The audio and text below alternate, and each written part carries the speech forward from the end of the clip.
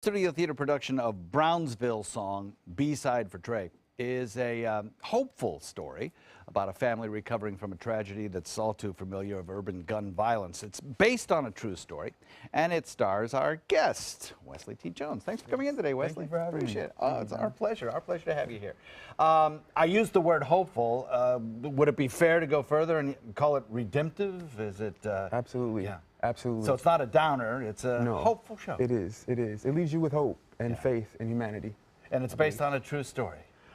It's a reflection of many true stories, I think. Yes. There are many young men whose lives have cut short. As we have seen just recently with Trayvon Martin's family's book that has just come out. So I guess it kind of echoes that theme, right? Absolutely. Absolutely. It gives you a bit of an insight on the true person, and that they're not just victims, but they're actually human beings who've had things going for themselves, and they're loving kids.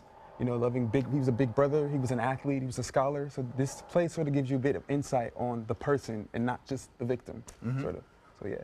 And the play is, I guess it's written in a very interesting way. Tell us a little about that. It's, tell us how the script is laid out. Yeah, the title is Brownsville Song, B-Side for Trey. So it's actually a song. It's very poetic.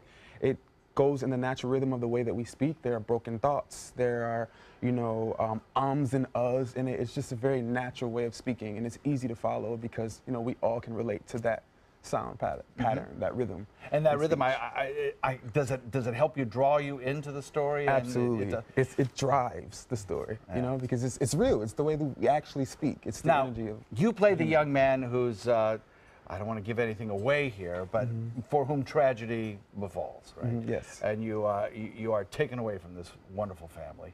And so how does your character evolve through the play? Are you foreshadowed? Are you? Tell us. Yeah, there's a bit of foreshadowing in the beginning, but I'm mostly appearing in flashbacks. Okay. And it was actually good to hear last night. Some of the audience members talked to us after, and they were like, it wasn't confusing at all when you appeared. It was very clear that there were flashbacks, which is one of our biggest challenges, was to not confuse our audience with me coming in and out, because the characters are speaking about my absence. So you're sort of echoed in the thoughts of the family that's left. Correct. Mostly my little sister, Divine.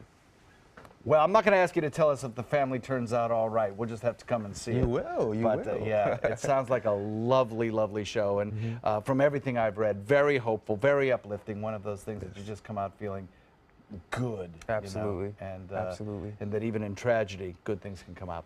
So through March 26th, Florida Studio Theater, get your tickets now. They will go fast. This is a wonderful show. It's played at Lincoln Center, played at the Alliance, played at the Long Wharf. This is the Florida premiere. So yes, sir. Thanks for coming in. Thank you again. Appreciate it. It's been a pleasure.